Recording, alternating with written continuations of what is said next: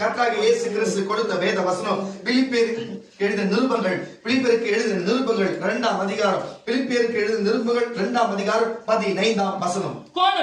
கோணலும் மாறுபாடுமான சந்நிதியில், கோணலும் மாறுபாடுமான சந்நிதியில், கோணலும் மாறுபாடுமான சந்நிதியில் நடுவே குற்றமற்றவர்களும் கபடற்றவர்களும் தேவனுடைய மாசற்ற பிள்ளைகளாய் இருக்கும்படி எல்லாவற்றையும் முறுமுறுப்பில்லாமலும் தர்க்கிப்பில்லாமலும் செய்யுங்கள். என்ன வார்த்தை குறிக்கிறது? முறுமுறுப்பில்லாமல் தர்க்கிப்பில்லாமல் நீங்கள் கொடுக்கிற காரியத்தை செய்யுங்கள் என்று வேதம் சொல்லுகிறது. பாருங்க, முதல் வார்த்தை என்ன சொல்லுகிறது? கோணலும் மாணலுமான. பாருங்க, கோணலான, மறுபடியும் வாசியா ஃபர்ஸ்ட் வசனத்தை. கோணலும் மாறுபாடுமான சன்னதி. பாருங்க, கோணலும் மாறுபாடுமான சன்னதியாக இருக்கிறது. இந்த கோணம் என்ற வார்த்தையின் பொருள் என்னவாக இருக்கிறது? இது கட்டாயம் எல்லாருக்கும் தெரிந்தவைகளாக இருக்கிறது. கோணல் என்று சொன்னா என்ன ஒரு காரியத்தை குறிக்கும்? பாருங்க, கோணல் என்று சொன்னா நேரா ஒன்று இருக்குன்னு சொன்னா வளைந்திருந்தா, வார்த்தை நல்ல கவனி, ஃபர்ஸ்ட் கவனி. நான் மறுபடியும் சொல்றேன், கம்முன்னு நான் சொல்ற வார்த்தை கவனிச்சுனே இருங்க. இங்க கரண்ட் இல்லனால நமக்கு டிஸ்டர்பா இருக்கும். என் வார்த்தை கேட்க கம்முன்னு அமைதியா கேளுங்க. நல்ல நான் சொல்றதை மட்டும் காதுல கேட்க கடவுள். நான் என்ன சொல்றனோ அப்படியே செய்யுங்க, அது போதும். இந்த வார்த்தைகள் கவனிங்க. பாருங்க, என்ன சொல்றோம்? கோணலுமான, பாருங்க எப்படி மாறுபாடான கோணலுமான மாறுபாடான சன்னதியே இப்படி என்று சொல்லி அவர் ஆரம்பிக்கிறாரு. இந்த கோணல் என்ற வார்த்தையின் பொருள் என்னவா இருக்கிறது? பாருங்க, நேர். மறுபடியும் சொல்றேன், கம்முனு வார்த்தை கவனிங்க. பாருங்க, என்ன சொல்லுகிறது சொன்னா வார்த்தை நல்லா கவனிச்சுக்கோங்க. கோணல் என்று சொன்னா பாருங்க, நேர் என்று சொன்னா நேரா இருக்கிறது உங்களுக்கு தெரியும். கோணல் என்று சொன்னா பாம்பு எப்படி வளைந்திருக்குமோ அப்படி என்று சொல்லலாம். பாம்பு எப்படி வளைந்திருக்குமோ அப்படி என்று சொல்லலாம். பாருங்க, இல்லை என்று சொன்னா கிறுக்கி போட்டதை போல இருக்கும் என்று சொல்லலாம். இல்லை என்று சொன்னா வளைந்திருக்கும் என்று சொல்லலாம். அப்ப நேரா ஒன்று இருக்கு என்று சொன்னா அது வளைந்திருந்தாலும் அது என்னது? கோணல் என்று சொல்லப்படுகிறதா இருக்கிறது. அப்ப நேருக்கு எதிர் சொல் கோணலா இருக்கிறது. அப்போ பாருங்க, அப்ப செவ்வையானதுக்கு என்று சொன்னா, அப்ப செவ்வையா இருக்குன்னு சொன்னாலும் நேரா இருக்கிறது அர்த்தம் தான். அல்லேலூயா. அப்ப கோணலும் மணலுமா இருக்குன்னு சொன்னாலும் இந்த அர்த்தத்தை புரிகிறதா உங்களுக்கு? இது ஒரு கோடு போட்டாலும் இதை சொல்லலாம், ஒரு ரோடு போட்டாலும் சொல்லலாம், மனுஷனுடைய வாழ்க்கையை சொல்லலாம், அவன் பேசுகிற வார்த்தையை சொல்லலாம், அவன் செய்கிற செயலை சொல்லலாம், அவன் செய்கிற வேலையை சொல்லலாம். அப்ப பாருங்க, இந்த ஒவ்வொரு காரியமும் கோணல் என்ற வார்த்தையோட பொருள் பாருங்க. கோணல் என்று சொன்னா நேரா இருக்கிறதுக்கு அதுக்கு எதிர் சொல் என்னவோ கோணல் என்று சொல்லுகிறோம். கோணல் என்ற வார்த்தையை தனி மனித வாழ்க்கையிலோ, தனி மனித பழக்க வழக்கத்திலோ, வேலை ஸ்தலத்திலோ எல்லாத்துக்குமாய் குறிக்கிற ஒரு காரியமா இருக்குது. மறுபடியும் பசந்த வாசி. கோணலும் மாறுபாடுமான சந்நிதி. இப்ப நல்ல கரம் தட்டி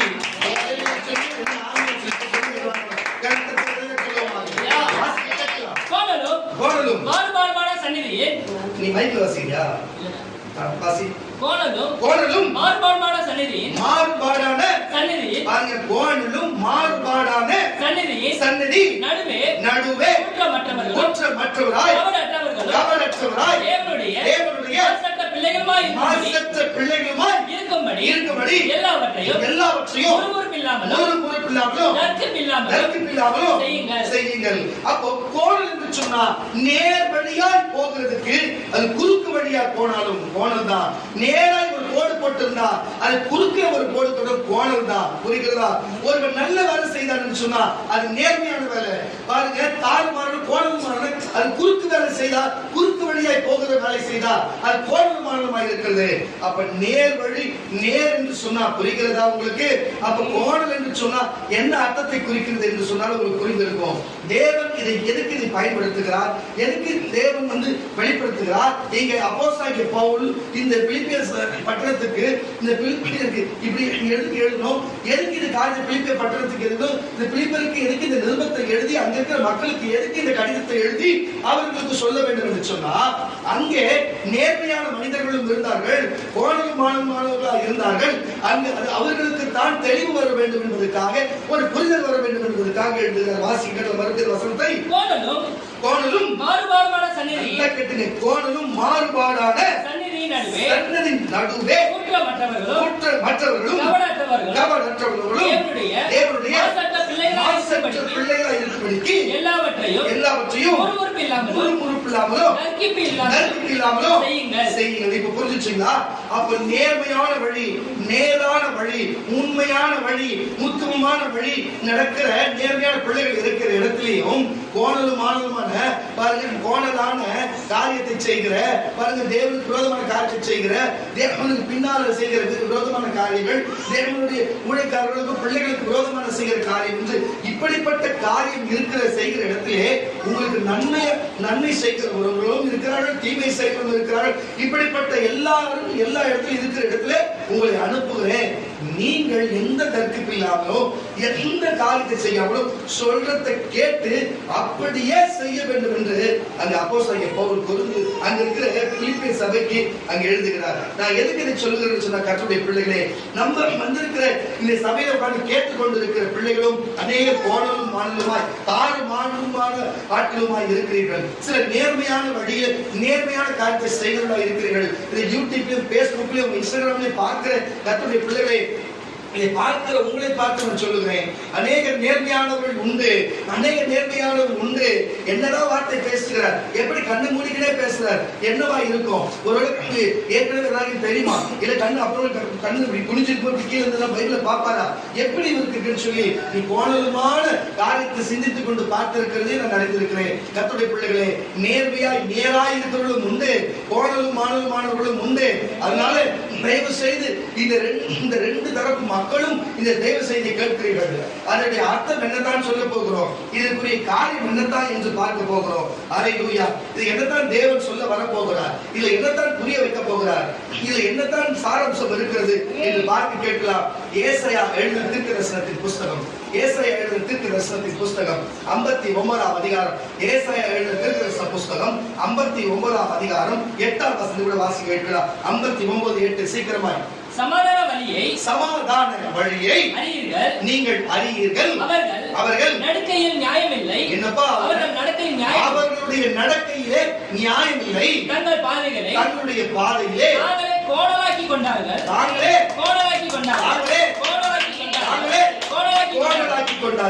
அப்ப இந்த வார்த்தை கவனித்து பாருங்க. இயேசு இந்த பூமியிலே வாழும் பொழுது ஒரு காரியத்தை சொன்னார், நானே வழியும் சத்தியமும் ஜீவனுமாய் இருக்கிறேன், என்னை எல்லாமே பிதாவிற்கு ஒருவனும் வரான் என்று சொல்லி, ஒருவனும் வர முடியாது, நானே வழி என்று சொல்லி. அப்போ நேர் வழியை பயன்படுத்துகிறவன், நேர் வழியா இருக்கிறவன் தான் இயேசு சொன்ன நானே வழி என்று சொன்ன அந்த வழியை பயன்படுத்த முடியும். இயேசு நானே வழி என்று சொன்னாலோ அந்த வழிதான் உலகத்திலே ஒரே வழி, அது நேர்மையான வழி, அது நேரான வழியாக இருக்கிறது. அல்லேலூயா.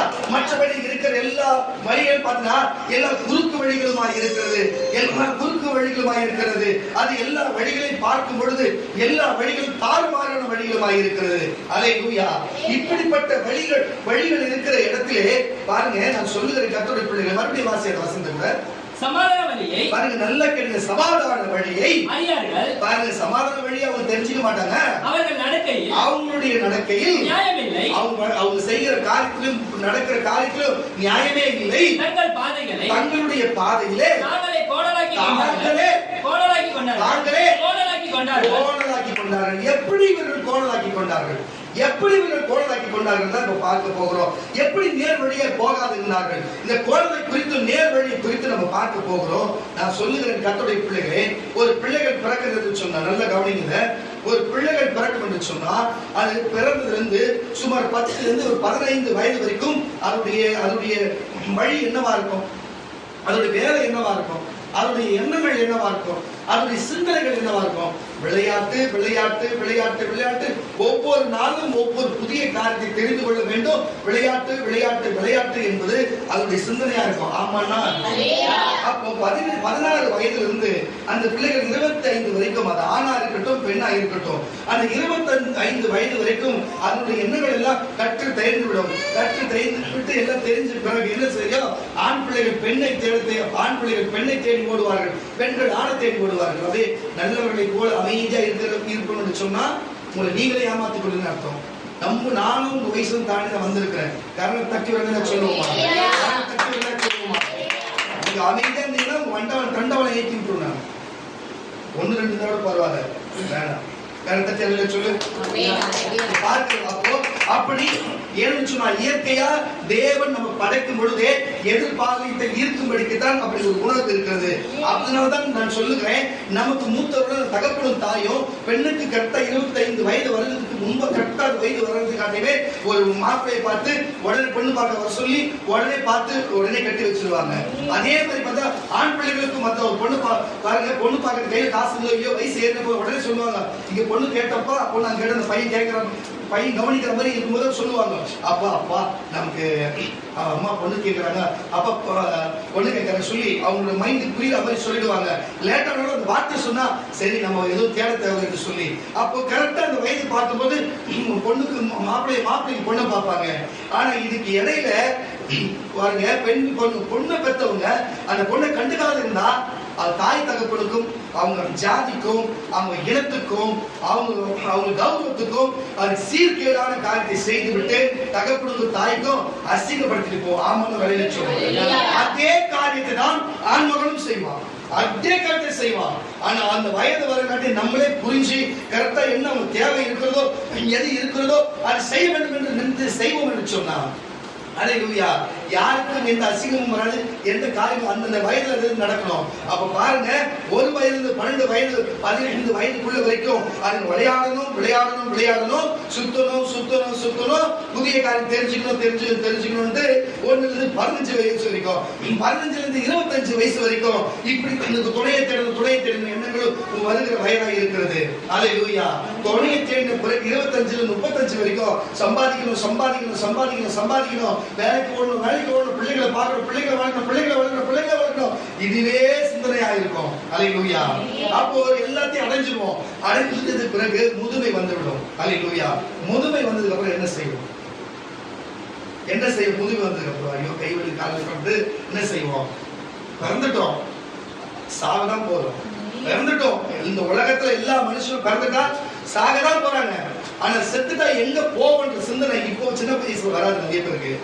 பாருங்க, அப்போதான் வரும். அப்ப நம்ம இப்போ வந்துட்டோம், வாழ்ந்துட்டோம், செத்துட்டோம், இப்ப எங்க போறோம், நம்ம எங்க போய் இருக்க போறோம்னு சொல்லி வரும் பொழுதுதான் அப்பெல்லாம் யோசனை வரும். சில பேர் காசிக்கு போகலாமா, ராமேஸ்வரத்துக்கு போகலாமா, அங்க போகலாமா, இங்க போகலாமா, இதை செய்யலாமா, அதை செய்யலாமா என்று அந்த வயது சென்றவருக்கு. ஏன்னா அப்பதான் பாவம்னா என்ன என்று சொல்லியும், பாவம்னா என்ன, பாவ வழினா என்ன, பாவத்தில் மீறுதல் என்ன என்று ஒவ்வொரு காரியமும் அந்த 50 வயசுக்கு மேலதான் தெரியும். தச்ச வழியில சொல்லுவோம். இதை கிறிஸ்தவன் தான் சிறு வயதிலே இது பாருங்க, சண்டே கிளாஸ் ஸ்கூல்ல இருந்து பாருங்க, வாலிப கூட்டத்தில இருந்து இன்றைக்கு இளைஞராகிய உட்கார்ந்து உங்கள் வரைக்கும் இது சின்ன வயதுல இருந்தே பாவம் என்பது, பரிசுத்தம் என்பது, பாவ மன்னிப்பு என்பது, வழி என்பது, வாசல் என்பது, நிதி ஜீவன் என்பதை குறித்து ஒரே மார்க்கம் பேசணும்னு சொன்னா அதுதான் கிறிஸ்தவ மார்க்கமாக இருக்கிறது. கிறிஸ்தவம் என்பது ஒரு வாழ்வியலா இருக்கிறது, ஒரு வாழ்வியல் பக்குவத்தில் இருக்கிறது. கர்த்தருடைய பிள்ளைகளே, இப்படிதான் சொல்லுகிறோம். எல்லாம் 50 வயசுக்கு அப்புறம் எங்க போகும் சொல்லுவாங்க. ஆனா 50 வயசுல செய்த பாவம் எங்க போவோம்? அல்லேலூயா. அந்தந்த வயசுல அந்தந்த காரியத்தை செய்து விட்டா பிறகு வயசுக்கு ஏற்றபடி செய்யாம வயசுக்கு மீறின காரியம் செய்தா எல்லாமே பாவம் வரும். உங்களுக்கு என்ன தேவை அதை செய்யாமல் மற்றவர்களுக்கு விரோதமான காரியம் செய்தா எல்லாம் பாவமா தான் வரும். 50 வயசானதுக்கு அப்புறம் தான் மோட்சத்தை தேடி போவார்கள். அல்லேலூயா. எந்த மோட்சத்தை தேடி போகிறது? தியானம் பண்ணலாமா, தர்மம் பண்ணலாமா, புண்ணியத்தை தேடலாமா என்று அந்த வயசுல தான் தேடுவாங்க. ஆனா கிறிஸ்தவராகிய நீயும் நானும் அப்படி இல்லை. பிறந்திலிருந்தே ஒரு கிறிஸ்துவுக்குள் குழந்தை அது பிறந்ததிலிருந்தே தேவனுடைய பரிசுத்தத்திலும் தேவனுடைய அனுகிரகத்திலே வளர்கிறதுனால நமக்கு எல்லாமே இயல்பா இருக்கிற காரியத்தை அதனால சொல்லுகிறேன். பாருங்க, அவர்கள் இந்த உலகத்திலே வாழ்கிறவர்கள் கோணலான வழியிலே போகிறார்கள். அந்தந்த வயசுல செய்ய வேண்டிய காரியத்தை தாய் தகப்பனும் செய்யாத வழினாலே அந்த பிள்ளைகள் எல்லாமே தகப்பனுக்கு தாயுக்குமான அவர்களுக்கு மனவேதனை கொடுத்து பிள்ளைகள் எல்லாருமே கோணலான காரியத்தை செய்கிறார்கள். பாருங்க, மகள்கள் எல்லாம் கோணலான காரியத்தை செய்கிறார்கள், மகன் எல்லாம் கோணலான காரியத்தை செய்கிறான். அது கோணலான காரியத்தை செய்து இருக்கும் பொழுது நான் கேட்கும் போது நீ செய்யலையே என்று சொல்லி அந்த பிள்ளைகள் பிறந்திருக்கும் பொழுது இவங்க வயசாகி இருக்கும் பொழுது நான் கேட்ட பொண்ணு நீ கட்டி வைக்கல, நான் நீ வரும்போது எங்களை உள்ள சேர்க்கல, நீ வயசாக்கல, நான் உள்ள சேர்க்க மாட்டேன் சொல்லி அந்த நேரத்தில் கோணலான சிந்தனை வருகிறது. புரியுதா இல்லையா? நான் பேசுறது உங்களுக்கு புரியுதா இல்லையா? அந்தந்த வயதில் செய்ய வேண்டிய காரியத்தை பிள்ளைகளும், அந்தந்த செய்ய வேண்டிய காரியத்தை பெற்றவர்களும், அந்தந்த செய்ய வேண்டிய காரியத்தை தாத்தா பாட்டிகளும் அந்தந்த வேலையை ஒழுங்காக நேராக செய்தாலா எல்லாமே நேராக இருக்கும். இல்லைன்னு சொன்னா கோணலும் மானமாக இப்படிப்பட்ட கோணலான காரியத்தை இருக்கிறது. இன்றைக்கு நான் சொல்லுகிறேன் கர்த்தருடைய பிள்ளைகளே, எல்லாரும் வேலைக்கு போகலாம், எல்லாரும் சம்பாதிக்கலாம். சம்பாதிக்கிற வயசுல நான் சொன்னல 25 35 வயசு வரைக்கும் வேலை ஓடுவாங்க. ஆனா அவன் எந்த வேலைக்கு ஓடுகிறான்? அவன் ஆட்டோ ஓட்டுறானா? அவன் கார் ஓட்டுறானா? கார் ஓட்டி சம்பாதிக்கிறானா? ஆட்டோ ஓட்டி சம்பாதிக்கிறானா? பெயிண்ட் வேலை செஞ்சு சம்பாதிக்கிறானா? தச்சு வேலை செஞ்சு சம்பாதிக்கிறானா? கொளுத்து வேலை செஞ்சு சம்பாதிக்கிறானா? ஐடி வேலை செஞ்சு சம்பாதிக்கிறானா? இல்ல கம்பெனி வேலை போய் சம்பாதிக்கிறானா? இது எல்லாமே பாருங்க, அவன் உழைக்கிறான். அந்த உழைப்பின் நேர் வழியாக நேர்மையா உழைக்கிறான், நேர் வழியா சம்பாதிக்கிறான். அது நேரான வழியா இருக்கிறது. கெஞ்சா விற்கிறானா? நல்லா கேட்டு கெஞ்சா விற்கிறானா? இல்ல ஸ்மக்லிங் பண்றானா? இல்ல திருடுறானா? இல்ல புரோக்கர் வேலை பாக்குறானா? பாத்தீங்க, அது மட்டும் இல்ல கடையில வச்சு நான் வியாபாரம் பண்றேன்னு சொல்லிட்டு அது மட்டும் இல்லாம அங்க ஹான்ஸ் பாக்கலாம் போன்று விற்கிறானா? கெஞ்சா விற்கிறானா? சாராயத்தை விற்கிறானா? கள்ள மார்க்கெட்ல சாராயத்தை விற்கிறானா? பாருங்க, வேற சட்டத்தின்படியும் பாருங்க, இந்தியாவிலே இறையல் அமைப்பு சட்டத்தின்படியும் சில காரியங்கள் தடை செய்யப்பட்டிருக்கிறது. சில காரியத்தை பேசக்கூடாது, சில காரியத்தை செய்யக்கூடாது, சில இடத்துக்கு போகக்கூடாது, சில காரியத்தை புசிக்க கூடாது என்று சொல்லி அநேக காரிய சட்டத்தை போடுகிறது. அந்த சட்டத்தை மீறி அதை செய்வோம் சொன்னா சட்டவிரோதமான செயலா இருக்கும், சிறையில தள்ளப்படும். அப்போ அது என்னவா இருக்கிறது? கோணலான வழியா இருக்கிறது. அப்ப குறுக்கு வழிதான் கோணலான வழி. புரிகிறதா? நேர் வழியில சம்பாதிக்கிறது இப்படிப்பட்ட வருமானம் கம்மியானாலும் குறுக்கு வழியில போனா, குறுக்கு வழியில போய் சம்பாதிக்கிறேன்னு சொன்னா அவர்கள் சம்பாதிக்கலாம். ஒரு நாள் சிக்கும் பொழுது சிறையில சீரழிவார்கள்.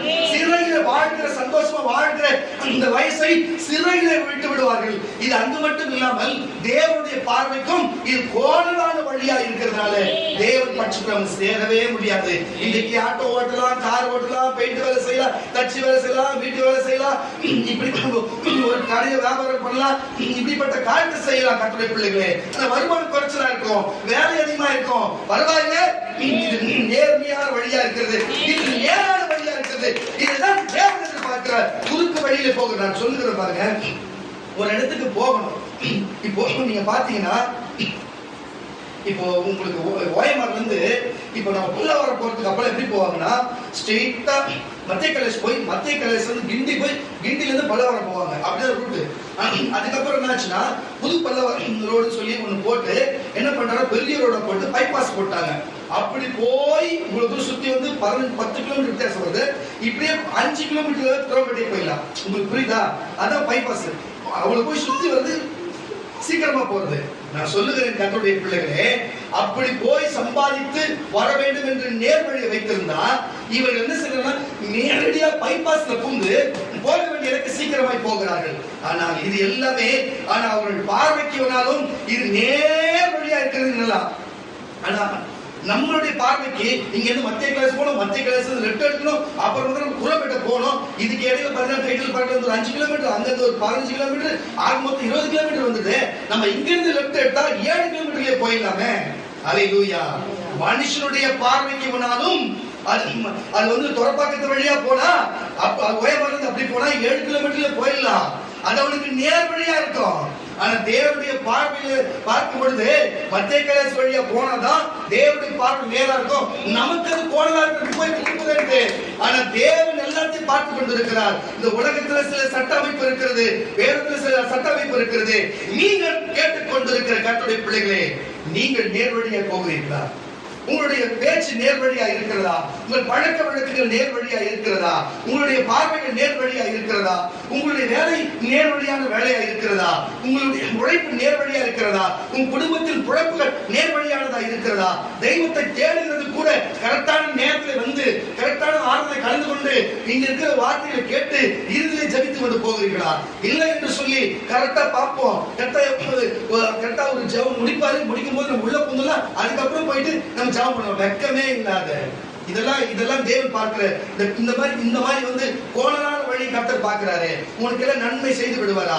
சில வெள்ளிக்கிழமை பார்ப்போம் 7 மணிக்கு நாங்க வேற வெட்டி இல்லாத நாங்க 1 மணி 2 மணிக்கெல்லாம் வந்து ஜபத்துல உட்கார்ந்து நாங்க 7 மணி வரைக்கும் வெளியில வந்து ஜபத்தை காத்திருப்போமா, அப்புறம் வெளியில வருவோமா, அதுக்கப்புறம் என் பிள்ளைங்க வந்து ஜபம் பண்ணுவாங்க, அதுக்கப்புறம் நாங்க இந்த ஜபத்தை நடத்துவோமா, இயேசு பார்க்க செய்வா. இவங்க என்ன பண்ணுவாங்கன்னா கரெக்டா 8:30 மணிக்கு வருவாங்க. கரெக்டா 8:30 மணிக்கு அந்த 1/2 மணி நேரத்துல இல்ல சில பேர் 8:45 வருவாங்க. இதுதான் கோணலான வழிகள். அவங்க சிந்தனை கோணலான சிந்தை, அவங்க சிந்தனை குறுக்கு புத்தி சிந்தனையா இருக்கிறது. அல்லேலூயா. எனக்கு நான் தெரியாத இருக்குதா? என் ஊழியர் செய்ற பிள்ளைங்களுக்கு நான் தெரியாத இருக்குதா? உன்னை படைத்த தேவன் தெரியாத இருக்கிறதா? ஆட்டுக்கும் வாழ அளந்த வச்சிருக்கிறாரு. யார் ஒரு முழுமையா உண்மையா கரெக்டான நேரத்தை தேடி கரெக்டான நேரத்தை முடிச்சு அவங்க போகிறார்களோ, 1000 பலவீனம் இருக்கட்டும், 1000 சோறு இருக்கட்டும், 1000 பிரச்சனை இருக்கட்டும், 1000 தூரம் இருக்கட்டும், 1000 வாகனம் இல்லாத இருக்கட்டும், என்ன வேணாலும் இருக்கட்டும், ஆனாலும் தேவன் தேடி ஓடி வருகிறவர்களுக்கு தான் நான் சொல்லுகிறேன் கர்த்தருடைய பிள்ளைகளே, அதுதான் நேர் வழி. தேவன் நேர் வழியா அவங்களுக்கு நன்மை செய்ய வல்லவராய் இருக்கிறாரு. இப்படியெல்லாம் கோணலான காரியத்தை செய்து குறுக்கு வழியில் வருகிறவர்கள் எல்லாத்தையும் கர்த்தர் பார்த்து கொண்டுதான் இருக்கிறார். அல்லேலூயா. நீங்க நினைக்கலாம் குறுக்கு வழியா போனாலும் இயேசுவை தேடி வராங்கன்னு சொல்லிட்டு. எங்க அதுக்குன்னு ஒரு முறை இருக்குதுங்க. ஸ்தோத்திரம் பண்ணணும், பாட்டு பாடணும், கை தட்டணும், ஆர்வத்தில் ஈடுபடணும், அதுக்கப்புறம் ஜபிக்கணும், அதுக்கப்புறம் பிரசங்கத்தை கேட்கணும், கடைசியில ஜபித்து போகணும். ஒரு வழி இருக்குதுங்க.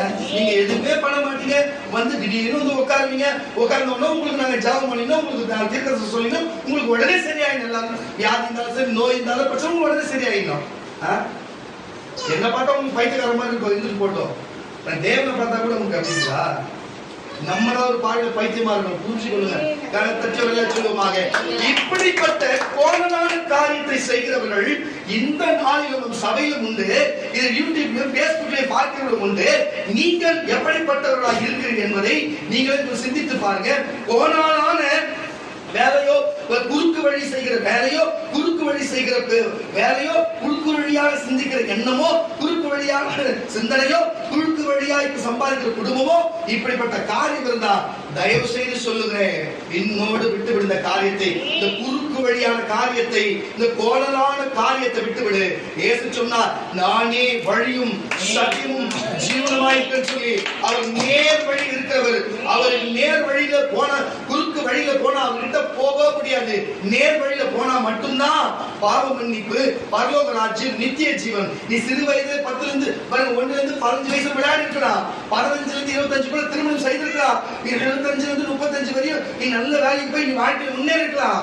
ஆனா பாருங்க, 35 இருந்து நீ 55க்குள்ளவே நீ என்னடா வாழ்க்கை என்று யோசித்து நம்ம அடுத்தது நம்ம என்ன செய்ய போறோம், நம்ம பிள்ளைக்கு திருமணம் செய்யணும், 50 வயசுலயும் நீ திருமணம் செய்யணும், நம்ம பிள்ளைங்களுக்கு வாழ்வாதாரத்தை செய்யணும், நம்ம பிள்ளைக்கு திருமணம் செய்து 50 வயசுல வந்துருவேன். 50 வயசுக்கு வந்ததுக்கு அப்புறம் பிள்ளைங்க திருமணமாகி போயிடும். ஐயோ நம்ம எங்க போவது, அதாவது வயசாகி போச்சு, எங்க போவதுன்னு சொல்லி நீ யோசனை பண்ணிருப்ப. உங்களுக்கு புரியுதா இல்லையா? நான் சொல்றது புரியுதா இல்லையான்னு தெரியல. ஒரு செல் இருக்கா, செல் ரிப்பேர் ஆயிடுச்சு வச்சுக்கோங்களேன். செல் ரிப்பேர் ஆனோம்னா அந்த ஸ்பாட்ஸ்ல இருக்கிற தனியா இருக்குன்னு வச்சுக்கோங்களேன். நான் சொல்றது ஒரு செல் இருக்குது, ரிப்பேர் ஆயிடுச்சுன்னா யூஸ் பண்ண முடியாதுன்னு வச்சுக்கோங்களேன். அது செல்லை யூஸ் பண்ண முடியாது, அவ்வளவுதான். அப்படின்ற சூழ்நிலையில ஒரு செல்லுக்கு வச்சுங்க, அது நீங்க தான் செல்லு. நல்லா புரிஞ்சுக்கொள்ளுங்க. அந்த செல்லு யூஸ் பண்றதுக்கு முன்னாடி சார்ஜிங் போட்டு ஒரு கரண்ட் ஏற்றுவோம் பாத்தீங்களா, புரியுதுங்களா? அந்த சார்ஜ் ஏத்துறதா தேவன் தான் main current, AC current main current இதுங்க. அதுதான் அந்த சார்ஜர் தான் இந்த சபை. சார்ஜருக்குள்ள உங்களுக்கு பேட்டரி இருக்கு, செல்லுக்குள்ள பேட்டரி, அதுதான் அந்த பேட்டரி தான் பேட்டரிக்குள்ள இருக்க கரண்ட், அதுதான் உயிர். கரண்ட் தட்டி வரல சொல்லுங்க, அதுதான் உயிர். இந்த நேரத்துல சரி இருந்தா அந்த போனுடைய பாடி, புரியுதா இல்லையா உங்களுக்கு? அதை டைப் பண்றதோ இல்ல எல்லாமே மேல இருக்கிற பாடி எல்லாமே பாத்தீங்கன்னா அது போன், அதுதான் உங்க சரீரம் தான். அல்லேலூயா. பாருங்க, சார்ஜர் போச்சுன்னா தூக்கி போட்டுருவாங்க. சார்ஜர் போச்சுன்னா முடிஞ்சு போச்சு. ஆனால் டேட்டா என்று சேவப்படும் பார்த்தீங்களா, டேட்டா சேவன் ஒன்று இருக்கும் பார்த்தீங்களா, மெமரின்னு ஒன்று இருக்கும் பார்த்தீங்களா, அந்த மெமரி மட்டும் எடுத்து இன்னொரு புது செல்லில் அதை கனெக்ட் பண்ணா ஒர்க் ஆகணும். வரையில சொல்லுங்க. ஒருக்காவர்களே சொல்லுங்க. அது மட்டும் அப்படியே இருக்கும். அது போலதான் பாருங்க, உயிர் கொடுத்தது தேவன் நமக்கு நாசிர சுவாசத்தை ஊதினதுனாலே உயிர் வந்து மறுபடியும் நம் தேவனுடைய உயிர் போய் சேருகிறது. பாருங்க, நம்ம சரீரம் மண்ணில் இருக்கிறதுனால நம்ம மண்ணுக்கே சேருகிறது. இந்த டேட்டா என்று சொல்லப்படுகிற இந்த ஆத்மா மட்டும் எல்லா நினைவுகளோடு உயிரோடு இருக்குது. எல்லா நினைவுகளும் செஞ்ச பாவமும் அப்படியே இருக்கும், செஞ்ச புண்ணியமும் அப்படியே இருக்கும், பரிசுத்தமும் அப்படியே இருக்கும், நீதி அப்படியே இருக்கும், பாவம் கொள்ளாத காரியம் செய்த எல்லா அட்டுழியாக எல்லாமே இருக்கும். அந்த டேட்டா சேவல அப்படியே தேவன் வந்து அப்படியே தேவன் நியாயம் தீர்ப்பாரு. அப்ப உங்களுக்கு புரிஞ்சுச்சா?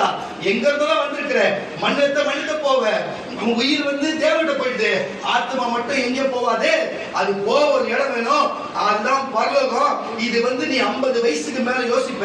அது இப்பொழுது நான் சொல்லுகிறேன், 50 வயசுக்கு மேல இருக்கிற ஜனமே இந்த டிவில பாக்குற, பேஸ்புக்ல பாக்குற, இந்த சத்தத்தை வெளியே கேட்கிற, இந்த சபைக்குள்ள இருக்கிற உன்னை பார்த்து சொல்லுகிறேன், எங்க போவ? எங்க போவ? பையன் வீட்டுக்கு போவியா? உன் பேர வீட்டுக்கு போவியா? பேத்தி வீட்டுக்கு போவியா? இல்ல உன் வீட்டுல நீ இருப்பியா? நாளைக்கு கால வச்சுப்பியா? நீ உங்க வயது சென்றது பிறகு எங்க போவ? இயேசு சொன்னார், ஹல்லேலூயா, நானே வழியும் சத்தியமும் ஜீவனுமாய் இருக்கிறேன், என்னை இல்லாமல் என் பிதாவிடத்தில் ஒருவனும் வரான் என்று சொல்றான். வர மாட்டான். அப்ப அவருக்கு நேர் வழியா அவர் இருக்கிறாரு.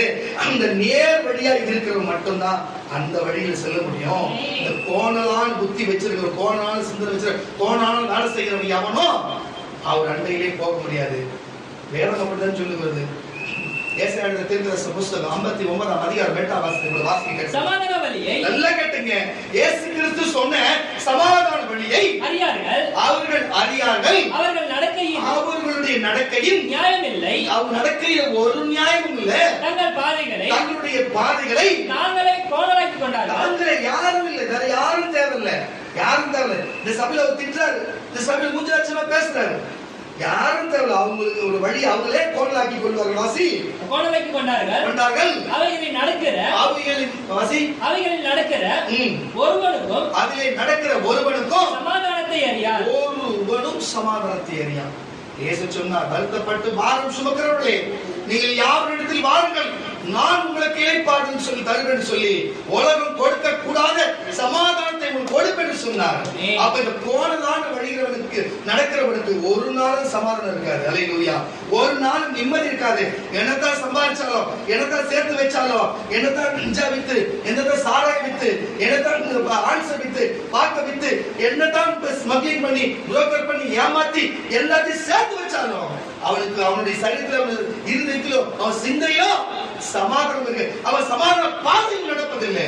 அல்லேலூயா. இன்றைக்கு பெயிண்ட் வேலை செஞ்சாலும், நீங்க போயிட்டு கார் ஓட்டினாலும், நீங்க ஆட்டோ ஓட்டினாலும், ஒரு வியாபாரம் பண்ணாலும், வீட்டு வேலை செஞ்சாலும், அது மட்டும் சமையல் வேலை செஞ்சாலும் சரி, கஷ்டப்படுற கர்த்தருடைய பிள்ளைகளே, உங்களுக்கு தான் நித்திய ஜீவன், பாவமன்னிப்பு, பரலோக ராஜ்யம், சமாதானத்தை கொடுக்க பாருங்க. அவன் மோட்சத்துக்காக எங்கெங்கயோ தேடுகிறான், என்னென்ன மோட்சத்துக்கு காரியத்தை என்னென்னமோ செய்கிறான். அங்க தானம் பண்ணலாமா, இங்க பிச்சை போடலாமா, இங்க தர்மம் கொடுக்கலாமா என்று ஓடுகிறான். ஆனாலும் தேவன் ஒரு காரியத்தை வைத்திருக்கிறார். அவர்களுக்கெல்லாம் பாவத்துக்கு பரிகாரமா எந்த காரியமும் இல்லை. இயேசு மட்டும் பாருங்க, பழைய ஏற்பாட்டு காலத்திலே காளைகளையும் கடாக்களையும் புறா குஞ்சுகளையும் வைத்தார். இன்றைக்கு இயேசுவே அவர் நம்பினார், அவரே நமக்கு பரிகாரியாக கர்த்தரை மாறி இருக்கிறார். அல்லேலூயா. இது சிறு வயது சொல்லுகிற ஒரே மார்க்கம் கிறிஸ்தவம் மட்டும்தான். மற்றபடி பாருங்க, மற்ற சமூகத்தில் சாம அதர்வன வேதங்கள் இருக்கலாம், பகவத்கீதை இருக்கலாம், ஏதாச்சும் இதை செய்தா இப்படி பண்ணா இப்படி மாறும் என்று இருக்கிறதா? அவங்க சொல்லுகிற காரியத்தை ஒண்ணுமே செய்ய முடியாது, பாமர மக்கள் செய்ய முடியாது. புரியுதா இல்லையா உங்களுக்கு?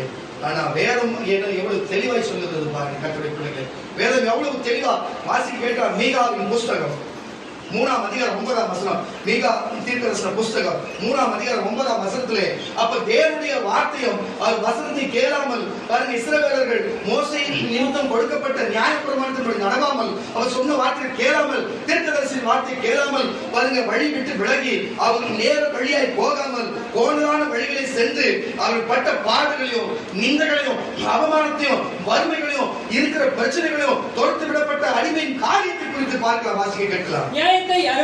பாருங்க, அவர்கள் தேவனுடைய வார்த்தையை கேளாத மனுஷர்கள் எப்பொழுது எப்படி இருப்பார்கள் சொன்னா, நியாயங்களை அருவருத்து செம்மையான நல்ல வழியை செம்மையான நல்லா இருக்கிற காரியத்தை கோணலாக்கி, ஆதி பாருங்க, செம்மையானதை கோணலாக்கி சீயோனை இரத்த பழியினாலும் எருசலேமை அநியாயத்தினாலும் கட்டுவிக்கிற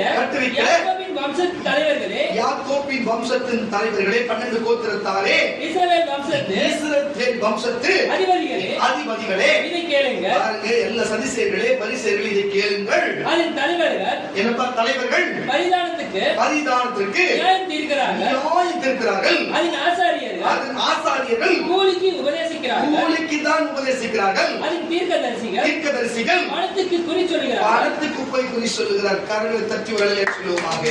அப்போ இஸ்ரவேலிலே அந்த நாட்களிலே சதுசேயர்களும் பரிசேயர்களும் லேவியர்களும் அங்க இருக்கிற ராஜாக்களும் தீர்க்கதரிசிகளுமே இப்படிப்பட்ட நேர்வழிக்கு போகாம குறுக்கு வழியிலே போகிற கோணலான வழியிலே போய் தானும் கெடுத்துக்கொண்டு தன் பின்பரும் சந்ததியை கெடுத்துக்கொண்டு கோணலான காரியத்தை செய்கிறார்கள். நான் சொல்லுகிறேன் கர்த்தருடைய பிள்ளைகளே, எது நேர்வழி உங்களுக்கு தெரியும்ல? கஷ்டப்பட்டாலும் வறுமையா இருந்தாலும் முன்னேற்றம் இல்லாம இருந்தாலும் சரி, தேவனுக்காக உண்மையா ஓடினா கர்த்தர் ஒரு நாள் உயர்த்துவார். முதலாவது ராஜ்யத்தை நீதியின் தேடுகள் எல்லாம் கூட கொடுக்க சொல்லி ஒருத்தராட்சி கரெக்டான நேரத்தில் வரீங்களா? சொல்லுங்க, ஒருத்தராட்சி வரீங்களா? நான் சொல்லுகிறேன், தன்னை நீதிமான் என்று சொல்லி ஒண்ணுமே இல்லாதவனும் உண்டு, தன்னை பாவி என்று சொல்லி விடாதவனும் உண்டு. புரியுதா இல்லையா? நான் கரெக்டா இருக்கிறேன், நான் ஒழிசரை கரெக்டா இருக்கிற சர்ச்சைக்கு போயிடும் சொல்லிட்டு நீ லேட்டா வந்து பாருங்க, இப்படிப்பட்ட காரியம் செய்து நான் கரெக்டா சொல்லி விழுந்தவன் உண்டு. பாத்தீங்க, ஒழிசை என்ற பேர்ல லேட்டா வர கர்த்தருடைய பிள்ளைகளே, கொஞ்சம் புரிஞ்சு கொள்ளுங்க. ஒரு நாள் தான் ஒரே இடத்துல எல்லாருக்கும் தவறாது. புரிஞ்சு கொள்ளுங்க. கர்த்தர் எல்லாத்தையும் பார்த்தாங்க. இதெல்லாம் என்ன வழியா? குறுக்கு வழியா இருக்கிறது. இது எல்லாம் கண்ணு மூடினே இருப்பாரு, நம்ம உள்ள போயிடலாம்னு சொல்லிட்டு. புரியுதா? இதனாலதான் நீ கண்ணு திறந்துங்க, யாரு என்ன டைம்ல வரீங்க. புரியுதா? கண்ணு மூடினே இருப்பதான் குறுக்கு வழி. கண்ணை மூடினே இருப்பாரு, நம்ம உட்கார்ந்துடலாம்னு சொல்லிட்டு. என்ன வேலை இதெல்லாம்? என்ன வேலை? நான் கண்ணை மூடினாலும் மூடாவிட்டாலும் தேவன் பூமி எங்கும் அவருடைய கண்கள் பூமி எங்கும் உலாவிக் கொண்டிருக்கிறது வேதம் சொல்லுகிறது. அவருடைய பார்வையை நம்ம நிர்வாணிமா இருக்கணும் வேதம் சொல்லுகிறது. தயவு செய்து புரிஞ்சு கொள்ளும் கர்த்தருடைய பிள்ளைகளே, நேர் வழியா கரெக்டான நேரத்துல சபை ஆரம்பிக்கிறதுக்கு முன்பு என்ன பணிகளை செய்யணுமோ, என்ன காரியத்தை செய்யணுமோ, ஊழியம் செய்கிற ஒப்பு கொடுத்தவர்கள் செய்யுங்க. இதெல்லாம் தேவன் தன்னுடைய கணக்குல ஞாபக புஸ்தகத்தில் எழுதி வைத்திருக்கிறார். கண்டிப்பா அது பதில் தருவார். ஆனா லேட்டா நான் கரெக்டா கண்ணு முன்னோன்னு உள்ள போயிடலாம், அப்படி திருமணம் உள்ள போயிடலாம், அப்படி குடிஞ்சோன்னு உள்ள போயிடலாம்னா கர்த்தர் எல்லாத்தையும் பார்த்துக்கிறார். அதுதான் குறுக்கு கோணலான வழியா, குறுக்கு வழியா இருக்கிறது. தாங்களே நாங்க கெடுக்கல, உங்களுக்கு பிசாசு கெடுக்கல, தாங்களே தன்னை கெடுத்துக் கொள்ளுகிறார்களா? இஸ்ரவேலர்கள் தாங்களே தன்னை கெடுத்துக் கொண்டார்களா? தன்னை பாருங்க, நான் பரிசுத்தவான், நான் புறஜாதியில, நான் 12 கோத்திரத்துல ஒரு அதிபதியின் வம்சத்துல பிறந்த, நான் அப்படி, நான் இப்படி, தேவன் எங்களுக்கு மட்டும்தான் தேவன் என்று தன்னையே பெருமை பாராட்டி தாங்களே நீதிமான் என்று சொல்லி விழுந்தவர்கள் உண்டா? நான் பாவிதான், நான் என்ன செய்யறது சொல்லிக்கொண்டு கேட்டவன் நின்னது உங்கிறது வேதம் சொல்லுகிறது. அல்லேலூயா. இப்படிப்பட்ட காரியம் இருக்கிறது கர்த்தருடைய பிள்ளைகளே. நம்ம பேசும்போது நேர் வழியாய் பேசும் பொழுது, பழகும் பொழுது, வேலை ஸ்தலத்திலும் செய்யும் பொழுது, தொழில் செய்யும் பொழுது, ஊழியத்திலும் நடக்கையிலும் குடும்ப வாழ்க்கையிலுமே பார்க்கும் பொழுது கூட, அதோடு பேசும் பொழுது கூட, ஒருத்தனோடு சிரிக்கும் பொழுது கூட, தயவு செய்து சொல்லுகிறேன், சிறு வயது இந்த வயது வரைக்கும் அந்தந்த வயதுக்குண்டான வளர்ச்சி, அந்தந்த வயதுக்குண்டான காரியத்தை தகப்பனும் தாயும் பிள்ளைக்கு செய்யணும். பிள்ளைகளும் தன் தகப்பனும் தாய்க்கு முதிர் வயது என்ன செய்யணும். அதுவும் வழிகள் என்பதை மட்டும் புரிந்து கொள்ளுங்க. இன்றைக்கு நீங்க செஞ்சா உனக்கும் அப்படிப்பட்ட காரியத்தை செய்வார்கள். அல்லேலூயா. அதே மாதிரி ஏசாயா சொன்னார், இவர்களே கோலனான வழிகளை தேடி போகிறான்னு சொல்லி இங்க மீகா தீர்க்கதரிசி மகன் சொல்லுகிறார், இவர்களே வழியை தேடி போறான்னு சொல்லி. இன்றைக்கு நான் சொல்லுகிறேன், ஞாயிற்றுக்கிழமை வேலையை தேர்ந்தது யாரு? நீங்க தானே. அநேக ஞாயிற்றுக்கிழமை சபைக்கு வராத வேலையை தேர்ந்தது யாரு? நீங்க தான். அநேக வெள்ளிக்கிழமை வர முடியாது தடையை உண்டாக்கினது யாரு? நீங்க தான். நீங்களே உங்களுக்கு தடைகளை உண்டாக்கி நீங்கள் ஒழுங்கா உங்க வீட்டிலே சமாதானத்தை உண்டு பண்ண கணவனோடு உங்க பிள்ளைகளோடு ஒழுங்கா சமாதானமா இருந்தா நீங்கள் வெள்ளிக்கிழமை வரலாம்ல, சொல்லு. செவ்வாய்க்கிழமை கரெக்டா வரலாம்ல, மற்ற ஒருமுறை பொழுது வரலாம்ல. இந்த வழிகளை யார் குறுக்கு வழியாய் மாற்றினது? இந்த குறுக்கு வழி புத்தி எப்படி உங்களுக்கு வந்தது? நீங்களே யோசனை பண்ணி பாருங்க. இந்த கோணலான புத்தி வந்தது நிமித்தம் இன்னைக்கு நேர் வழியாய் தேடுகிற தெய்வத்தை தேட முடியுதா? சிலரால் ஞாயிற்றுக்கிழமை வர முடியுதா? சிலரால் வெள்ளிக்கிழமை வர முடியுதா? நீங்களே உங்களை புரிஞ்சு கொள்ளுங்க. பிசாசு கெடுக்கல, இங்க இந்த மனுஷன் வந்து கெடுக்கல, தாங்களே தங்கள் வழிகளை கவனிக்கிறீங்க கோணலாக்கி கொள்ளுகிறார்கள். என் முன்னாடி 2 பேர் அமைதியா இருக்கிறாங்களா? வாயில் துணிச்சுக்கிறாங்களா? யாரும் தட்டி வரல சொல்லுங்க. எதுக்கு இது சொல்லுங்கன்னு சொன்னா, கோணலான வழிகளை தாங்களே தங்களுக்குள்ளே மறுபடியும் வாசியார் வசனத்தை கூட நியாயத்தை அருவருத்து செம்மையான கரெக்டான நேர் வழி, கரெக்டான வழி எல்லாம் கோணலாக்கி அவங்களே அதை கோணலாக்கி சீயோனை இரத்தப்பழியினாலும் சீயோனை இரத்தப்பழியினாலும் எருசலேமை அநியாயத்தினாலும் கட்டி வைக்கிற யாக்கோபின் வம்சத்து தலைவர்களே, இஸ்ரவேல் வம்சத்து அதிபதிகளே, இதை நீங்க கேளுங்க. அதன் தலைவர்கள் என்னப்பா? அதன் தலைவர்கள் பரிதானத்துக்கு நியாயம் தீர்க்கிறார்கள். பரிதானத்துக்கு தேவைக்கு ஏதாவது கிடைக்குமா என்று அவர்களை மற்ற நியாயம் தீர்க்கிறார்கள். அதனுடைய ஆசாரியர்கள் கூலிக்கு போய் உபதேசிக்கிறார். அதன் தீர்க்கதரிசிகள் பணத்துக்கு குறி சொல்லுகிறார்கள். ஆகிலும் அவர்கள் கர்த்தரை சார்ந்து கொண்டு கர்த்தர் எங்கள் நடுவில் இல்லையோ நீங்க எங்கள் மேல் வராது என்கிறார்கள். பாருங்க, இவ்வளவு தூரம் பண்றது பாவம். தீர்க்கதரிசி முதற்கொண்டு, அங்கு ஆசாரிய முதற்கொண்டு, அங்கு லேவியர் இருக்கிற முதற்கொண்டு, ராஜாக்கள் அதிபதி முதற்கொண்டு எல்லாருமே குண்டுக்கலவனையை போல இப்படிப்பட்ட கோணலான வழிகளை செய்யறது இல்லாத அவங்க இருதயத்தில் இப்படி ஒரு எண்ணமா. இப்ப சொன்னேன் நானு, குறுக்கு வழியான இப்படி குனியும் போது ஓடிடலாம், நிற்கும் போது வந்துடலாம், அவர் திரும்பும் போது வந்துடலாம், ஜாப் பண்ணியும் போது வந்துடலாம். எங்க கேமரா தானே இல்ல, கேமரா தான் இல்ல. ஆனா கேமரால எப்படி ஃபுட்டேஜ் ஏறினே இருக்குமோ அந்த மாதிரி ஏறினே இருக்கு. மட்டும் மனசுல வச்சுங்க. கண்ணை தட்டி அது போல கர்த்தருடைய பிள்ளைகளே, அவர்கள் எப்படி சொன்னாரோ, நீங்களே நீதிமான் என்று எண்ணி விழாதபடிக்கு, பாவி என்று சொல்லி நிக்கிறவங்க உண்டு, நீதிமான் என்று சொல்லி விழுந்தவங்க உண்டு. தயவு செய்து கொஞ்சம் விட்டு வந்து வாசி. கர்த்தர் எங்கள் நடுவில் இல்லையோ எங்களுக்கு தீங்கு எங்கள் மேல் வராது என்கிறார்கள். ஆகையால் உங்கள் நிமித்தம் சீயோன் வயல்வெளியை போல, பாருங்க, சீயோன் எப்படிப்பட்ட பாலும் தேனும் ஓடின தேசம், வயல்வெளியை போல விடப்பட்டு எருசலேம் மண்மேடுகளாய் புறத்தை பொதிக்கிற மண்மேடுகளாய் போய் ஆலயத்தின் பர்வதம் காட்டு மேடுகளாய் போய் இப்படிப்பட்ட காரியம் இருக்கும் என்று சொல்லுகிறார். இதெல்லாம் ஒரே ஒரு காரணம் தான், இந்த வேத வசனம், இந்த வழியை மத்தேயு, மார்க்கு, யோவான், லூக்கா சுவிசேஷ புத்தகம் சொல்லப்பட்ட இயேசு பேசின வார்த்தை, இந்த வழியை ஜனங்கள் அதை பயன்படுத்தாததுனால்தான், அல்லேலூயா, இந்த சபையை ஒழுங்கா தேடி வராதனால்தான், குடும்பத்துல ஜெபம் கூடி ஜெபிக்காதனால்தான், அல்லேலூயா, ஜபத்தை விட்டு விட்டா இப்படித்தான், வேதவாசிப்பை விட்டு விட்டா, சபை கூடுதல் விட்டு விட்டா இப்படிதான், ஊழியக்காரனுடைய வார்த்தை கேட்டு நடக்காவிட்டா இப்படித்தான், ஆலோசனை கேட்காவிட்டா இப்படித்தான். இந்த 4 காரியம் செய்யணும்னு வச்சுக்கோ, சீயோனா இருக்கட்டும், அது எருசலேமா இருக்கட்டும், எல்லா மண் மேடுகளும் காட்டு மேடுகளுமாய் அந்த உழுது எல்லாம் போல போய் அப்படிப்பட்ட காரியமாய் மாறி போயிருக்கோம். அதுவே அப்படி மாறிவிடுச்சுன்னா நீயும் நானும் சாதாரண அற்ப பதராகிய மனுஷராக இருக்கிறோம். உன் நிலைமை என் நிலைமை எப்பேற்பட்டதா இருக்கும் என்று நீங்களே சிந்தித்து பாருங்க. அவங்களுக்கு தேவன் இல்லையோ என்று எண்ணினார்களா? அல்லேலூயா. தயவு செய்து புரிஞ்சு கொள்ளுங்க கர்த்தருடைய பிள்ளைகளே, தயவு செய்து புரிஞ்சு நடந்து நீங்க என்னதான் தேவன் பேச வர்றது கவனிங்க. பிரசங்கியின் புஸ்தகம் 7ஆம் அதிகாரம் 13ஆம் வசனம், பிரசங்கியின் புஸ்தகம் 7ஆம் அதிகாரம் 13ஆம் வசனத்தை கூட வாசிக்க கேட்கலாம். அதுல பிரசங்கி சொல்லுகிறார், இப்படி நடக்கிற காரியம் எல்லாம் மாயக்குரிய காரியமா இருக்கிறது. நான் மாயையில கண்டேன், இது எல்லாமே இப்படித்தான் இருக்கிறது. யார் தேவனுடைய வார்த்தையை கேட்கிறார், யார் வார்த்தையின்படி நடக்கிறார், இஸ்ரவேலர்கள் நடந்தார்களா என்று அவரே சொல்லுகிறார். வாசிக்க கேட்கலாம். தேவனுடைய செயலை கவனித்து பார். நல்லா பாருங்க. அவர் சொல்றாரு, என்ன சொல்றாருன்னா, பா, தேவன் ஒரு வழி கோணலாக்கிட்டாருன்னா அந்த வழி அவன் சரி பண்ண முடியும்னு கேட்கிறாரு. அப்போ தேவனாலும் ஒரு மனுஷனுக்கு வழி கோணலாக்க முடியும். புரிஞ்சுக்கொண்டு கர்த்தருடைய பிள்ளைகளே, இங்க வர வரைக்கும் சிலருடைய சரீரம் ஆரோக்கியமா இருந்திருக்கலாம், இன்றைக்கு பலவீனப்பட்டிருக்கலாம், சிலருக்கு இங்க சபைக்கு வரும்பொழுது ஆசீர்வாதமா இருக்கலாம், இன்றைக்கு அந்த ஆசீர்வாதம் இல்லாத போயிருக்கலாம். இன்றைக்கு பிள்ளைகள் நல்லா நிறைய பிள்ளைகள் இருந்திருக்காங்க, திடீர்னு பிள்ளைகள் எங்க போச்சுன்னு காணாதவர்கள் போயிருக்கலாம். அல்லேலூயா. நமக்கு வீடு இருக்கலாம், திடீர்னு இல்லாம போயிருக்கலாம், வாகனம் இருக்கலாம், இல்லாம போயிருக்கலாம்.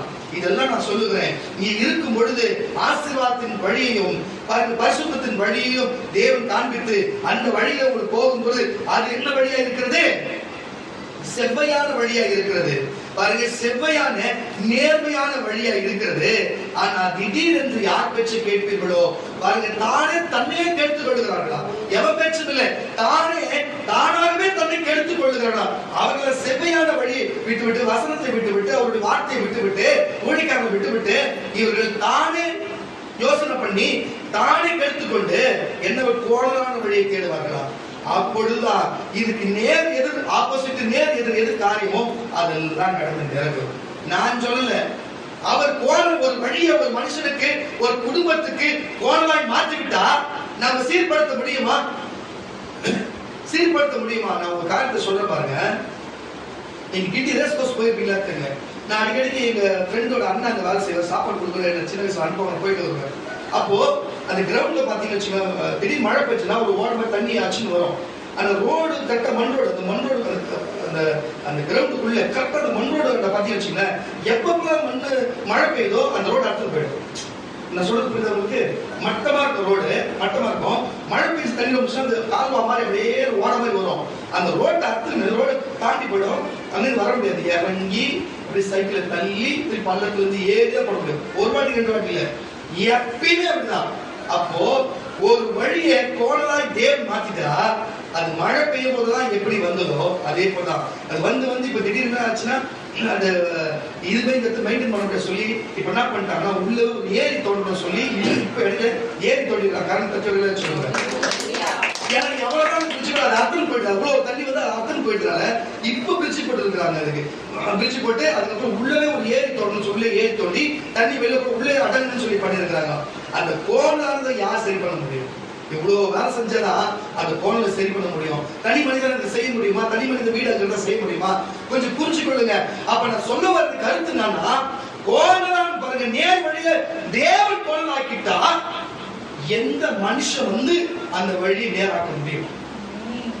அடிக்கடிக்கு மழை இன்னைக்கு பெஞ்சா மறுநாளே அங்க ஜேசிபி வச்சு என்ன பண்ணுவாங்க, அங்கேயே ஒரு ஜேசிபி வச்சிருப்பாங்க. அந்த மண்ணை போட்டு கொட்டிடுவாங்க, திருப்பி அந்த வண்டி போகும், குதிரை ஓடும், திருப்பி ஒரு நாள் மழை பெஞ்சா அர்த்தம் ஓடும், திருப்பி அந்த மண்ணை பிடிச்சி திருப்பி போடுவாங்க. இதே வேலையா இருக்கும். அப்போ தேவன் ஒரு வழி கோணலாக்கிட்டா இந்த வழி ஒண்ணுமே பண்ண முடியாது. அல்லேலூயா. காரணத்தை சொல்லுமா? இப்ப வசனம் வாசிங்க. தேவனுடைய செயலை கவனித்து பார், நல்லா கவனித்து பார். அவர் கோணலாக்கினதை, நல்ல கேட்டு கோணலாக்கினதை நேராக்கத்தக்கவர் யார் அழிய முடியாது? யார் அழிக்க முடியாதுங்க? கோணலாக்கிட்டாதான் முடியாது. தயவு செய்து சொல்லுகிறேன், ஒழுங்கா நேர் வழியில இருங்க. நீயே தான் கோணலாக்கி போன வசனத்துல சொன்னாரு. இந்த வசனத்துல என்ன சொல்றாரு? அவர் கோணலாக்கினார்னா, நீ கோணலாக்கி போனதுக்கு கூட சில நேரத்துல அவர் பார்த்து விழுந்து பாவ மன்னிப்பு கேட்டு சபைக்கு வந்து ஒழுங்கான காரியத்தை செய்து மறுபடியும் ஒப்புரவு ஆயிட்டீங்கன்னா தப்பிச்ச. எப்படி? என்னன்னா, இன்னைக்கு இதை பேசுற வார்த்தையை என்னதான் சொன்னாரு, நான் இனிமே வரமாட்டேன், போய் தொலை, உன்னை யார் வேணாம்னா ஓ, ஆனா பரவாயில்ல, என்னதான் சொன்னாரு, இருக்கட்டும், நான் இனிமே கரெக்டா இருப்பேன். நான் கேட்டா, நான் காசு கேட்டா, பணம் கேட்டாரா, நான் வந்தா எனக்கு தான் நல்லது, நீங்க வரத்துல எனக்கு என்ன நல்லதுக்குதா சொல்லுங்க? உங்களுக்கு தான் நல்லது. வந்தாலும் உங்களுக்கு தான் நல்லது, வந்தாலும் உங்களுக்கு தான் நல்லது. எங்களுக்கு எந்த காரியம் இல்லை. 3 வகை சோறு, தூங்க இடம், பழக, வாகனம், போட்டு எல்லாமே எங்களுக்கு தேவையான கொடுத்துருக்காரு. இதுல எந்த லாபமும் இல்லை, எந்த நஷ்டமும் இல்லை எங்களுக்கு. அல்லேலூயா. வந்தா உங்களுக்கு லாபம். அல்லேலூயா. அதனால நேர் வழியில நடந்தா உங்களுக்கு உங்க குடும்பத்துக்கு லாபம். நேர் வழியில நடந்தா, அந்த இயேசு கிறிஸ்துவின் வழியில நடந்தா பரலோகம் போனா பாவ மன்னிப்பு, பரலோகம் நித்திய ஜீவன். நேர் வழியில நடந்தா, நீ வந்து கோணலான வழியில போனா பாவம், நரகம், சாபம், பாதாளம், எரிக்கிற அக்கினி கந்தம், இப்படிப்பட்ட காரியம் இருக்கு. எதை சூஸ் பண்ணிக்க போற நீயே புரிஞ்சுக்க. ஆனா இதெல்லாம் எப்படி நடக்கும்? தேவன் வழி கோணலாக்குனா, அப்ப எந்த ஊழியக்காரனும் சரி, நீயும் சரி, ஜபம் பண்ணாலும் கேட்டாலும் வேலைக்கு ஆகாது. இன்னையோட நீ அந்த கோணலான காரியத்தை விட்டுட்டீங்கன்னா தேவன் நேர் வழியாக நடத்த வல்லவர். அவர் கொடுக்கிற ஆசீர்வாதம் எல்லாம் வரும்.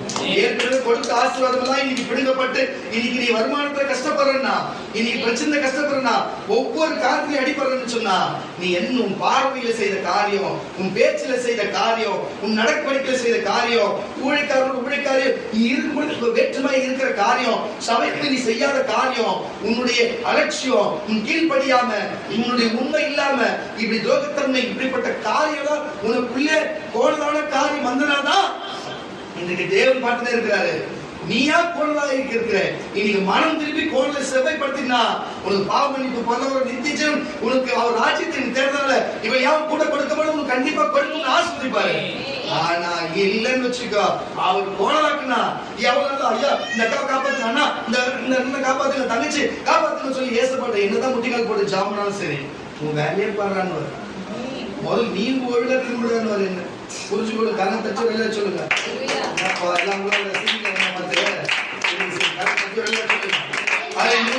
இந்த மாதிரி காரியம் இருக்கிறது கர்த்தருடைய பிள்ளைகளே. அப்போ இது நம்ம நேர்வழியா போனா நம்ம கையில தான் இருக்குது, நம்ம கையில தான் இருக்குது. ஜபிக்கணும், வேத வாசிக்கணும், சபைக்கு வரணும், ஊழியக்காரங்களை சொல்லி சில காரியத்தை செய்யணும், ஆலோசனை கேட்டு செய்யணும். அப்படிதான் இருக்கணும். அதான் முறை, அதுதான் கிறிஸ்தவத்தோட முறை. அப்படி இருந்தா எந்த குறுக்கு வழியும் சரி, எந்த கோணலான வழியும் இல்லாம நேர் வழியில போவீர்கள் என்று கர்த்தர் சொல்லுகிறார். இதற்காகத்தான் மனுஷகுமாரனை பாருங்க, அந்த நாட்கள் ஏசாயா தீர்க்கதரிசி மூலமா தேவன் இந்த பூமியில அனுப்பும்படிக்கு, இந்த நேர் வழியில செல்லும்படிக்கு, அவருக்கு வழியை ஆயத்தப்படுத்தும்படிக்கு வனாந்தரத்துல ஒரு சத்தம் கேட்கும் அப்படின்னு சொல்லி யோவான் ஸ்நானன் ஒரு பிறப்பான் என்று மறைமுகமாக வெளிப்படுத்தி, யோவான் ஸ்நானன் அந்த காரியத்தை வெளிப்படுத்தி, அதே உலக பாவத்தை தீர்க்க அளிக்கப்பட்ட ஆட்டுக்குட்டியே இவர்தான் என்று சொல்லி அவருக்கும் ஞானஸ்நானம் கொடுத்து, இயேசு நானே வழியும் சத்தியமும் ஜீவனுமா இருக்கிறேன், என்னை எல்லாம் ஒருவனும் வரான் என்று சொன்ன குறிப்பிடியே பிதாவை எங்கும் தொழுதுகிற காலம் அது இப்பவே வந்திருக்கு இயேசு சொன்னது போல, அது போல இன்றைக்கும் அன்றைக்கு பழைய ஏற்பாடு காலத்திலே ஏசாயா தீர்க்கதரிசி சொன்னார், பிறகு லூக்கா புத்தகத்திலும் அதை சொன்னார். தொடர்ந்து இப்படிப்பட்ட காரியத்தை செய்திருக்கிறார். இன்றைக்கு உங்களுக்கு நல்லா தெரியும், நானும் உங்களுக்கு சொல்லுகிறேன், நீ நல்ல வழியில போனா இயேசுவை பின்பற்றுவார். நல்ல நேர் வழியில போனா இயேசுவை பின்பற்றுப்பா. மத்தேயு, மார்க்கு, யோவான், லூக்கால சொல்லப்பட்ட வார்த்தையை இருதயத்துல பதித்து வச்சு அதன்படி நடப்பா. பாருங்க, மோசே கொடுத்த நியாயப்பிரமாணம் தேவன் கொடுத்ததை அவன் நடவாம போனால அடிமைத்தனங்களும் மூர்க்கமும் சாபமும் கொடுமையான காரியம் நடந்து அவர்கள் வணங்கா கருத்துல ஜனம் கீழ்ப்படியாம போயிருக்கிறார்கள். ஆனா நமக்கு இயேசு கொடுத்த வார்த்தையை நம்ம வீண் பண்ணாம அவர்களை போல இல்லாம நம்மளாச்சும் நேர் வழியில போக விருப்பமா, இது தேவனும் அவரோடு இந்த ஸ்ரீஷர்களும் அதுதான் சொன்னார்கள். நீங்கள் புரிஞ்சு கொள்ளும் கட்டளை வாசிக்க கேட்கலாம். ஏசாயா எழுதின தீர்க்கதரிசன புஸ்தகம் 40ஆம் அதிகாரம், ஏசாயா எழுதின தீர்க்கதரிசன புஸ்தகம் 40ஆம் அதிகாரம் 4ஆம் வசனத்தை வாசிக்க கேட்கலாம்.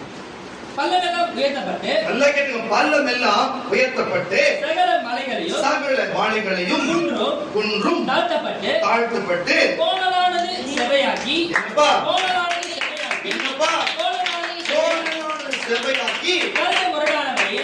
முரடானவைகளை சமமாக்கப்படும் என்றும் கர்த்தருடைய மகிமை வெளியரங்கமாகவும் மாம்சமான யாவரும் அதை ஏகமாய் காணோம். கர்த்தருடைய வாக்கு அதை உரைத்தது என்று வனாந்தரத்திலே கூப்பிடுகிற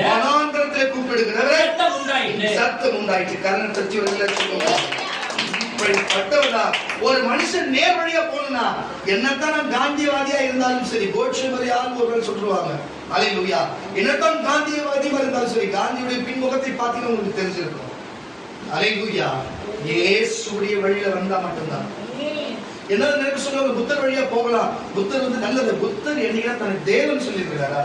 புத்தர் ஒரு அரசனாய் வாழ்ந்தவர். சித்தார்த்த கௌதம புத்தர் ஒரு அரசனா வாழ்ந்து அரச வாழ்க்கை வேணாம் என்று தன்னை தாழ்த்து கொண்டு வந்தவர். தன்னை தேவம் என்று அவர் எங்கேயும் சொல்லவில்லை. அவர் பின்பற்றினவர்கள் அப்படி சொல்லுகிறார்கள். ஆனா இயேசு அப்படி இல்லை. நானே வழியும் சத்தியமும் ஜீவனமாய் இருக்கிறேன், என்னை எல்லாமே பிதாவிற்கு ஒருவரும் வரான்னு சொன்னார். இயேசுவை தவிர அவன் யார், எந்த சமூகத்தை சார்ந்தவனாயுது, அவன் யாராவனா இருக்கட்டும், அவன் யாராவனா யாரு, யூதரை தவிர அந்த யூத மார்க்கத்தை விட்டு வேற உலகத்துல எந்த மார்க்கத்தை இருக்கட்டும், அவன் நேர் வழியில போகணும்னா என் ஆண்டவராக இயேசு கிறிஸ்து சொன்ன வழியில மட்டும்தான் போகணும். இல்லைன்னா அவன் ஒண்ணு யூதனா இருக்கணும், இல்ல அவங்க வந்து யூத கலாச்சாரத்துல இருக்கும் இல்லையா, புறஜாதி நம்மள போல இருந்தானா இயேசுவை தவிர போக முடியாது. வருத்தப்பட்டு வாரம் சுமக்கிறவர்களே நீங்கள் யாரும் நான் இளைப்பாறுதல் தருவேன்னாரு.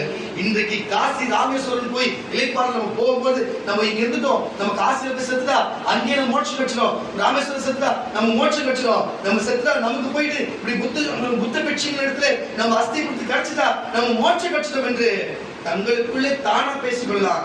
எந்த மறையிலும் அப்படி இல்லை, எந்த மறையிலும் அப்படி இல்லை, இந்த எழுத்து வடிவிலும் அப்படி இல்லை, எந்த புஸ்தகம் என்று சொல்லப்படுது எந்த காலத்திலும் இல்லை. புரியுதா இல்லையா? வேத புஸ்தகம் நமக்கு கொடுக்கப்பட்ட பைபிள் என்று சொல்லப்படுகிற இந்த கிறிஸ்தவ வேத புஸ்தகத்தில் மட்டும்தான் இப்படி மறு வாழ்க்கை குறித்தோம், இப்படிப்பட்ட நித்திய ஜீவனை குறித்தோம், பாவ மன்னிப்பை குறித்து சொல்லப்பட்ட ஒரே புஸ்தகம் இது ஒன்றுதான். சொல்லுவோமா? அதுக்குத்தான் இயேசுவை ஏற்கனவே பழைய ஏற்பாட்டிலும் சொல்லி புதிய ஏற்பாட்டிலும் இந்த காரியத்தை சொல்லி இருக்கிறார்கள். அல்லேலூயா. வாசிக்கிறீர்கள். அதே தீர்க்கதரிசி புஸ்தகம் 45ஆம் அதிகாரம், ஏசாயா தீர்க்கதரிசி புஸ்தகம் 45ஆம் அதிகாரம் 2ஆம் வசனத்தை வாசிக்கிறார். 45:2 வாசிக்கிறேன். நான் உனக்கு முன்னே போய், அதுதான் சொல்லுகிறேன், நான் உனக்கு முன்னே போய் கோணலானவைகளை அரவல் தட்ட. அதுதான் இன்றைக்கு இந்த செம்மஞ்சேரியை நான் வந்து ஊழியம் செய்ய வருகிறேன்னு சொன்னா, அல்லேலூயா, எனக்கு முன்பு தேவதூதனை தேவன் அனுப்பி கோணலானவைகளை எங்களுக்கு செவ்வையாக மாற்றி இன்னைக்கு கர்த்தர் கொண்டு வந்த ஆட்சி அதிகாரத்தோடு நாங்கள் இருக்கிறோம் என்று சொன்னா, விசுவாசிகளை ஆளுகிறோம் என்று சொன்னா, இப்படிப்பட்ட ஜனங்களுக்கு நாங்கள் சொல்லுகிற கேட்டால் சொன்னா இதெல்லாம் எங்களால கூடாதது. அல்லேலூயா. எங்களுக்கு முன்பு தேவன் தம்முடைய தூதனை அனுப்பி இந்த ஊழியத்துடைய பாதைகளை செவ்வாய்ப்படுத்தி வைத்தார். இது வரைக்கும் செவ்வாய்ப்படுத்தி வைத்து முடிந்தது. ஒரு கேட் போடப்பட்டது. ஆனா இந்த மாதத்துல இருந்து இந்த போன மாதத்துல இருந்து தான் அந்த கேட் திறக்கப்பட்டது. திறந்ததுக்கு அப்புறம் தான் தெரிந்து இன்னும் 20-25 வழிகள் எங்களுக்கு எல்லாம் செவ்வாய்ப்படுத்தி இருக்கிறது. நாங்கள் போய் அதெல்லாம் முடிக்கிறதுக்கு எங்க ஆயுசே முடிக்கிறோம். அவ்வளோ வழி இருக்கிறது, அவ்வளவு திறந்து வச்சிருக்கிறார் எங்களுக்காக. அதை இங்கிருந்து அதை செய்ய வேண்டும் என்று சொல்லி கர்த்தருடைய பிள்ளைகளே, இதெல்லாம் நம்ம அவரை ஜபிக்கும் பொழுதும், அவர் துதிக்கும் பொழுதும், அவர் வேதத்தை வாசிக்கும் பொழுதும், சபைக்கு ஒழுங்கா போகும் பொழுதும், ஊழியக்காரனுக்கு அடங்கி இருக்கும் பொழுதும், அப்பொழுதுதான் நம்ம எந்த காரியத்தை வேலைக்கு போனாலும் சரி, தொழில் செஞ்சாலும் சரி, குடும்ப வாழ்க்கையில் இருந்தாலும் சரி, ஊழியம் செய்தாலும் சரி, நமக்கு வழி செவ்வையா இருக்கும், செவ்வையா இருக்கும். கோணலும் மாநிலமா இருந்தாலும் சரி, கரடு முரடுமாய் வந்த மேடாய் குண்டு குழியமா இருந்தாலும் சரி, எல்லாம் சமமாக்கப்பட்டு நமக்கு வழி செம்மையாக்கப்படும். அதுக்கு முன்னே போய் தூதன் நமக்கு செம்மையை நடத்துவான். விட்டத்துல வாசியா பசங்களோட வாசிக்கலாம். நான் உனக்கு முன்னே போய் கோணலானவைகளை செவ்வையாக்குவேன். உன்னை பேர் சொல்லி அழைக்கிறேன். கரங்களை தட்டி பேர் சொல்லி அழைக்கிறேன். இஸ்ரவேலின் தேவனாய் இருக்கிற கர்த்தர் நானே என்று நீ அறியும்படிக்கு வெண்கல கதவுகளை உடைத்து இரும்பு தாழ்பால்களை முறித்து. இதுதான் விஷயம். அப்ப நீ 13 வரையும் வாசி. நல்ல கேட்டது ஆசீர்வாத வசனம். உன்னை பார்த்து ஆஸ்வதிக்கிறாரு. யாரெல்லாம் அவருக்கு துதிச்சு ஒழுங்கா கரெக்டான சபைக்கு வந்து வேதத்தை வாசிச்சு குடும்ப ஜபம் ஒழுங்கா ஜபம் பண்ணி இப்படிப்பட்ட சபை கூடுதலும் ஊழியக்காரர் பேச்சு கீழ்படுதலும் வேத வாசிப்பும் இப்படிப்பட்ட காரியத்தை யாரெல்லாம் செஞ்சு ஒழுங்கா இருக்கிறாங்களோ அவங்க செய்கிற வேலைதான் போய் செவ்வையாக்கப்பட்டு தூதன் முன்பு அவனுக்கு வழிவாசல் திறப்பா. அவங்க செய்கிற காரியம் ஊழியத்திலும் சரி, வேலைஸ்தலத்திலும் சரி, வர வருமானத்திலும் சரி, நகை வருமானத்திலும் சரி, சுகத்திலும் சரி, பலத்திலும் சரி, ஆரோக்கியத்துல எந்த காரணம் போடுற. நான் சொன்னேன் ஆரம்பத்துல உங்களுக்கு நேர் வழி என்னெல்லாம் இருக்குதுன்னு சொல்லி சொன்னேன்.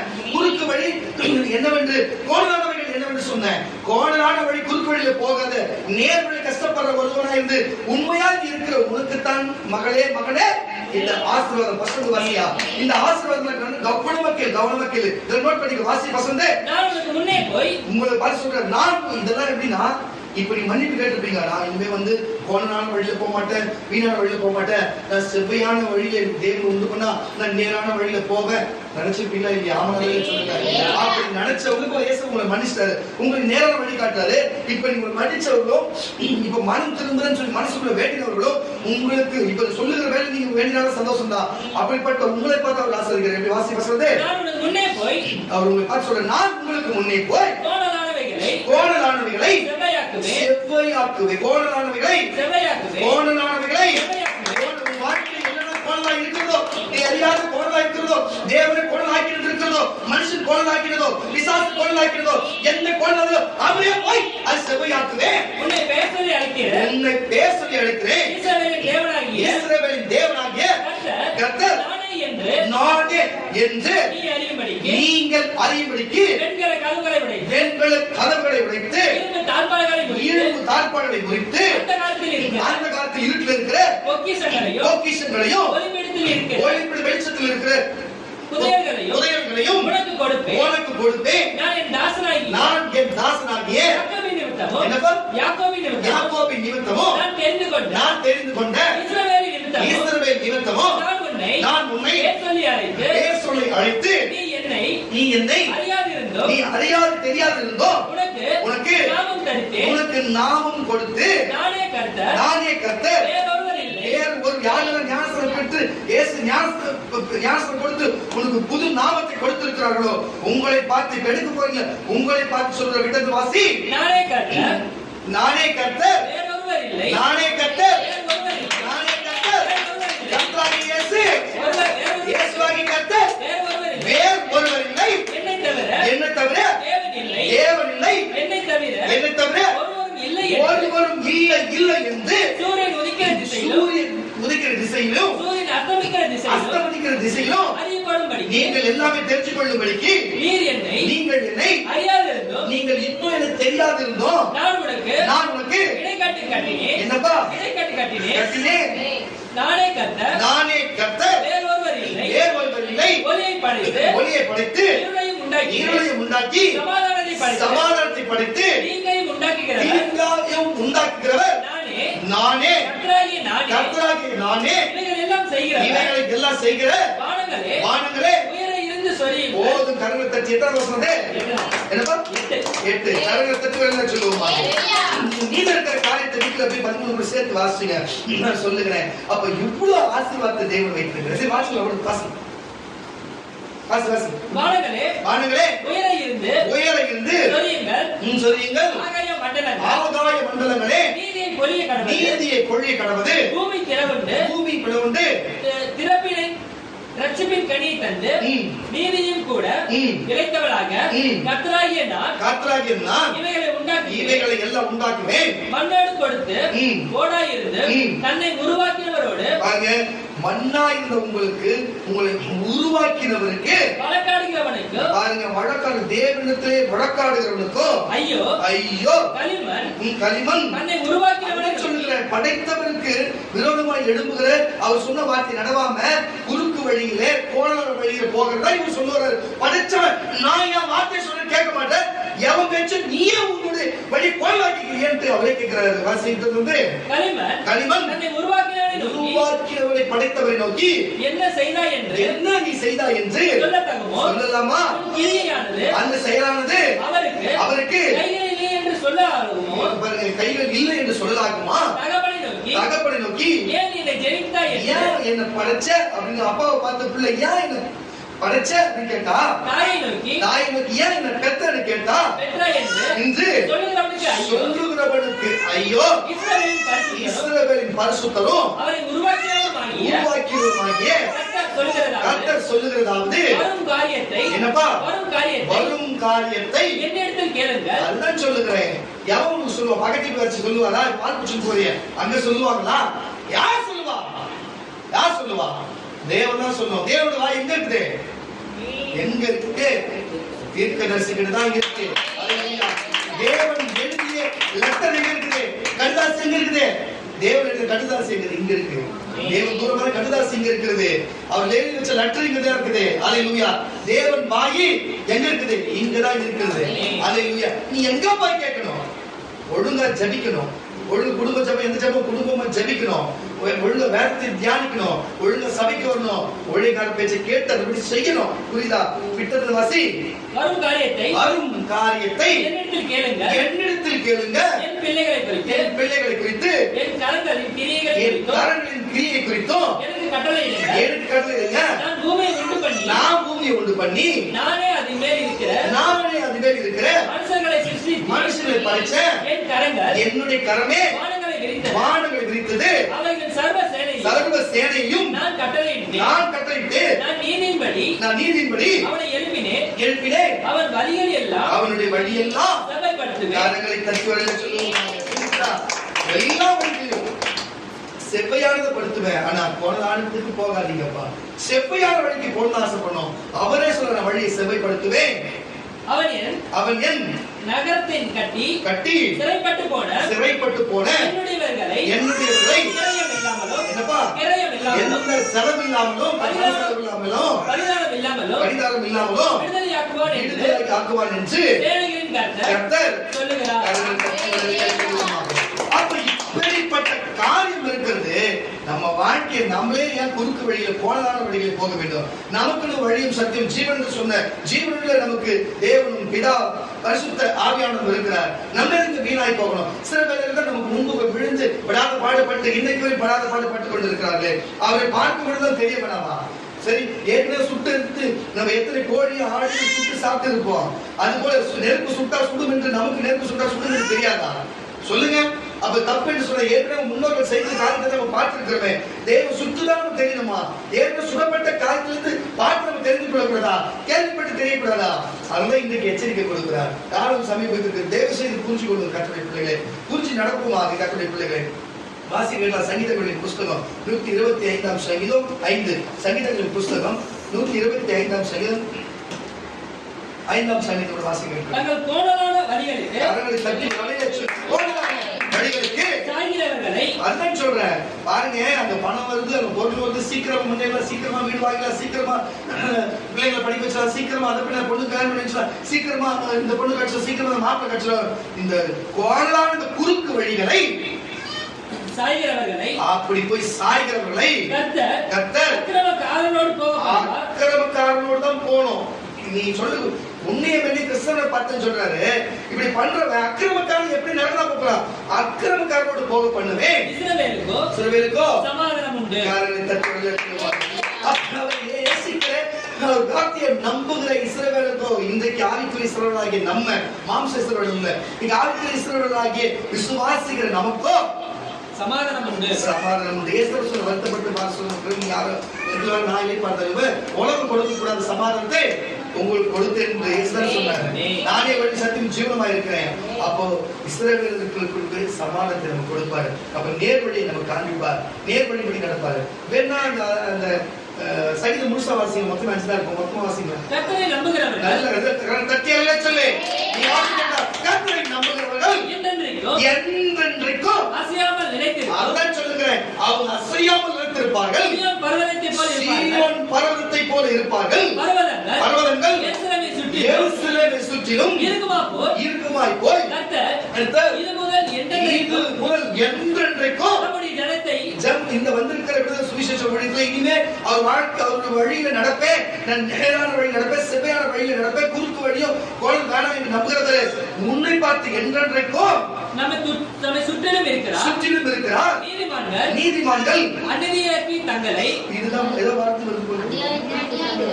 வாசி நீதிமான்கள் அநியாயத்திற்கு தங்கள் கைகளை நீட்டாதபடிக்கு ஆதாமியத்தின் கொடுங்கோல் நீதிமான்களுடைய சுலங்கத்தின் மேல் இருக்கிறது. கர்த்தாவே நல்லவர்களுக்கும் இருதயத்தில் செம்மையானவர்களுக்கும் நன்மை செய்யும். தங்கள் கோணலான வழிகளுக்கு நல்லாதான் தட்டேன் கைய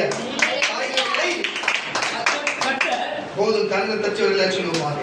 இதுல இருந்து என்ன புரியுது கர்த்தருடைய பிள்ளைகளே? அவரை நம்பி அவர் நேசித்து ஓடுகிறவனை கண்மலையை போல பர்வதத்தை போல அது சுற்றி இருக்கப்பட்டதை போல கர்த்தர் நம்மை பார்த்து நமக்கு நல்வழியை செவ்வையான வழிகளை நமக்கு போதித்து செவ்வையான காரியத்தை செய்கிறார். சில நேரத்தில் நமக்கு சோதனை வரலாம், சில நேரத்தில் துக்கங்கள் வரலாம், சில நேரத்தில் மனக்குழப்பங்கள் வரலாம். யோபுக்கு வரவில்லையா? யோசேப்புக்கு வரவில்லையா? ஏன் தானியேலுக்கு வரவில்லையா? ஏன் எலிசாவுக்கு வரவில்லையா? ஏன் ஆண்டவராகிய இயேசு கிறிஸ்துக்கு வரவில்லையா? அவர் பின் சென்று வந்த அப்போஸ்தலன் பவுலுக்கு வரவில்லையா? பேதுருக்கு வரவில்லையா? அவங்க கொல்லப்படவில்லையா? இன்னைக்கு புண்ணிய புருஷராக இன்றைக்கு இருக்கிறான்னு சொன்னா அவங்களுக்கு வராத காரியமா? அன்னை தெரேசாக்கு வரவில்லையா? மிஷனரிமார்களுக்கு வரவில்லையா? சொல்லுங்க. உங்களுக்கு மட்டும் அச்சமா? உங்களுக்கு மட்டும் தான் வந்துச்சா? உங்களுக்கு மட்டும் தான் இருக்குதா? உங்களுக்கு மட்டும் சோதனையா? உங்களுக்கு மட்டும் வேதனையா?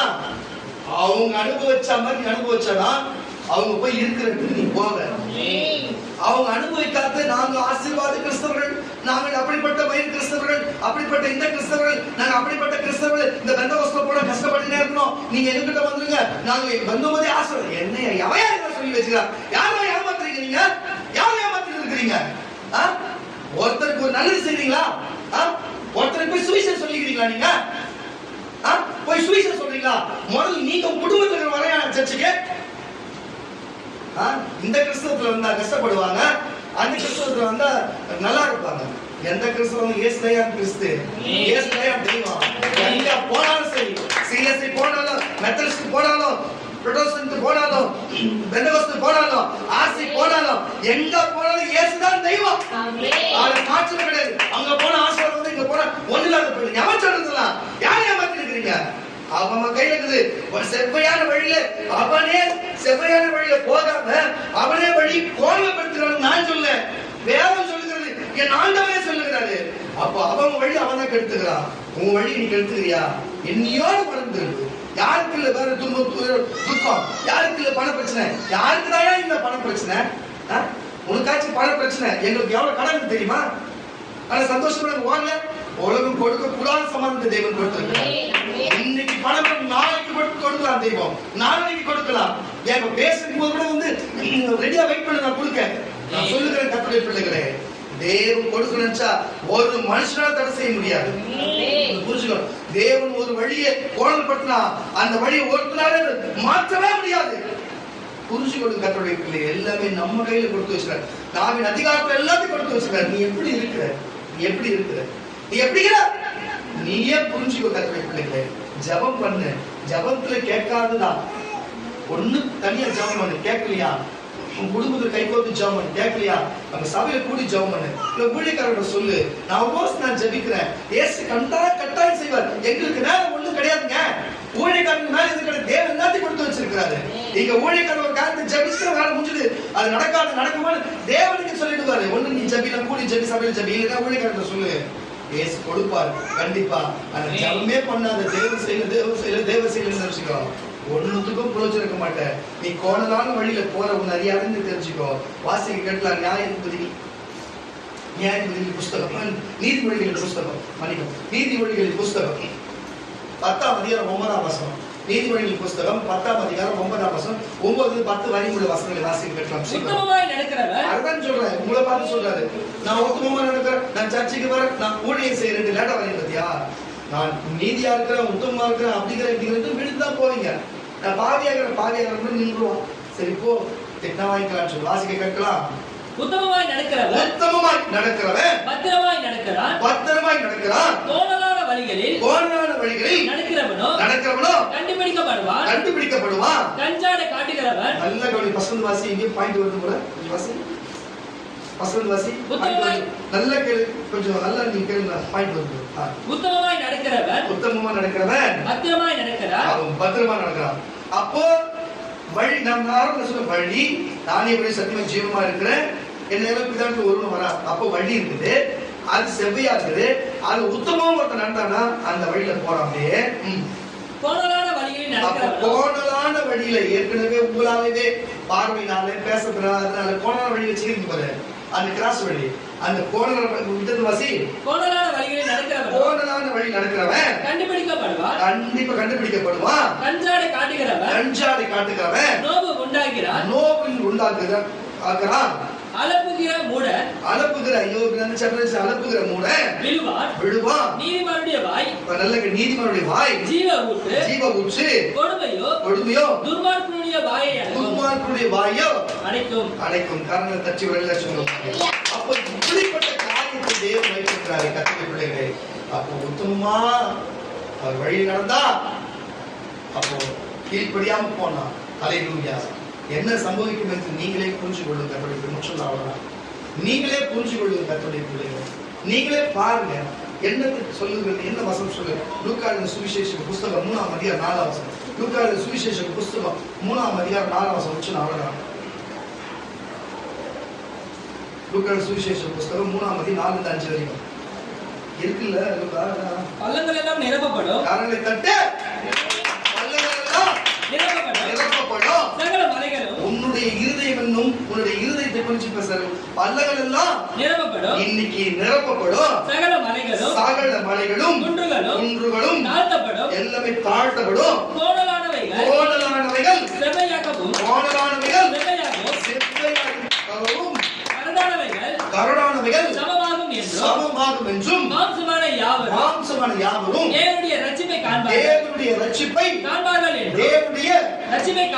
காண்பார்கள் என்று வனாந்தரத்திலே கூப்பிடுவனுடைய சத்தம் உண்டாகும் என்று ஏசாயா தீர்க்கதரிசி ஆகமத்தில் எழுதியிருக்கிற பிரகாரம் அவர் யோர்தான் நதியில் அருகான தேசம் எங்கும் போய் கரணத்தச்சி பாவனை சொன்னார் என்று உங்களுக்கு எல்லாம் தெரிஞ்சவைகளை இன்னும் ஆழமாய் போகவில்லை. அல்லேலூயா. சரி, ஒரே ஒரு காரியம் தான். என்னன்னா என்ன விஷயம்னா, மத்திய எழுதின சுவிசேஷ புஸ்தகம் 2ஆம் அதிகாரம், மத்திய எழுதின சுவிசேஷ புஸ்தகம் 5ஆம் அதிகாரம்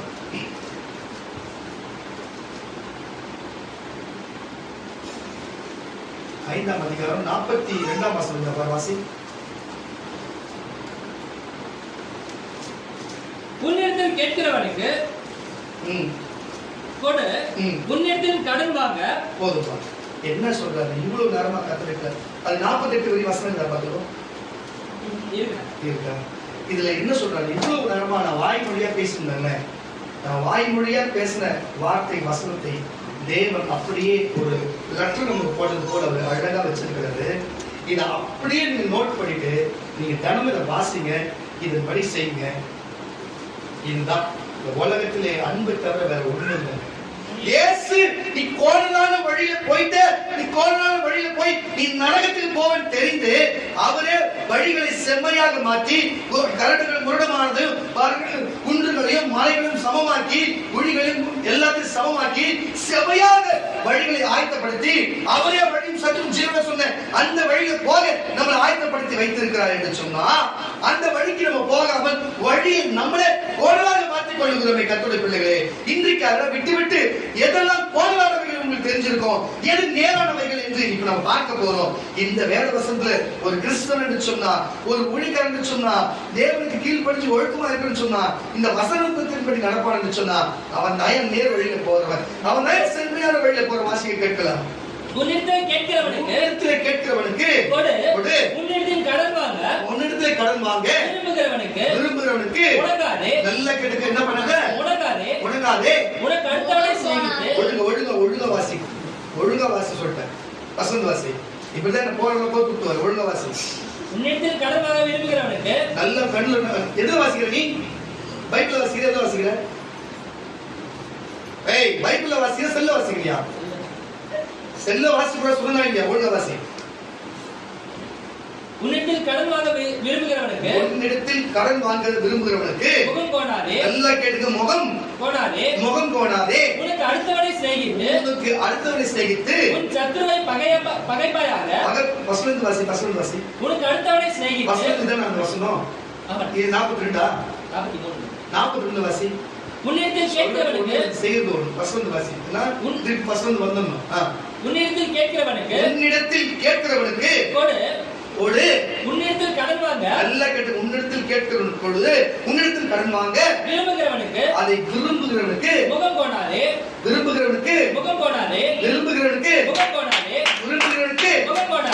குட்டியா வசனம் இந்த கோணலை குறிச்சு.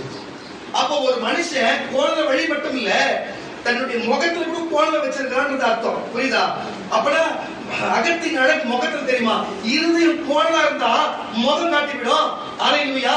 அப்போ ஒருத்த மட்டும் ஒண்ணு கேட்கிறான்னா அவனுக்கு முகம் கோணாதே. அப்ப நடக்கிற கால்ல நடக்கிற ரோடு மட்டும் கோணலானது இல்லையா? ஆனா மனசும் அகத்தின் அழகு முகத்துல தெரியும். அப்ப அகத்துல இருக்கிற காரியம் கோணலா இருந்தா முகம் கோணலா இருக்கும்.